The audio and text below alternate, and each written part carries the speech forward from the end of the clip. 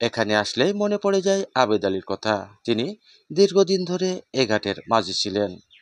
তিনার নাম অনুসারেই এই ঘাটের নামকরণ করা হয়েছে আবেদ আলীর ঘাট। আর তিনি ১০০ বছরেরও উপরে নাকি বেঁচে ছিলেন। এই মুহূর্তে আমরা রয়েছি কুষ্টিয়ার দৌলতপুর উপজেলার ফিলিপনগরের ইসলামপুরে। আবেদ আলীর নামেই এই ইসলামপুরে একটি যাত্রী ছাউনি তৈরি করা হয়েছে এবং এই আবেদ আলীর ঘাট নামে পরিচিতি লাভ করেছে। জানা গেছে কুষ্টিয়া, পাবনা, নাটোর এবং রাজশাহী এলাকার বিস্তীর্ণ চর জুড়ে এই এলাকা।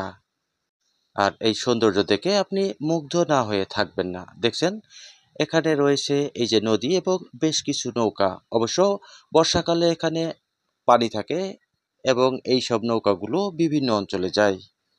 আর এটি দেখছেন মুক্ত মঞ্চ। জানা নাই কয়েক বছর পূর্বে এটি নির্মাণ করা হয়েছে এবং সর্বশেষ গত ঈদেও কিন্তু এখানে ঈদের অনুষ্ঠান হয়েছে। তো এলাকা নিয়ে বিস্তারিত জানাবো। আসলে এলাকার লোকজন বেশ কর্মঠ। সকাল থেকেই ওনারা বিভিন্ন কাজে কর্মে বেরিয়ে যায়। সেই ক্ষেত্রে এই ভর দুপুরে কিন্তু কাউকে পাওয়া যায়নি। আমরা কয়েকজন সহকর্মী এসেছি এবং এই যে উপরে দেখছেন আবেদ আলীর ঘাট যাত্রী ছাউনি। আবেদ আলীর নামে অনুসারেই কিন্তু এই যাত্রী ছাউনিটি জেলা পরিষদ নির্মাণ করেছে। তো এই চর এলাকার মানুষের জীবনযাত্রা নিয়ে আমরা একটা প্রতিবেদন আপনাদের সামনে তুলে ধরবো। সে পর্যন্ত অপেক্ষা করতে হবে।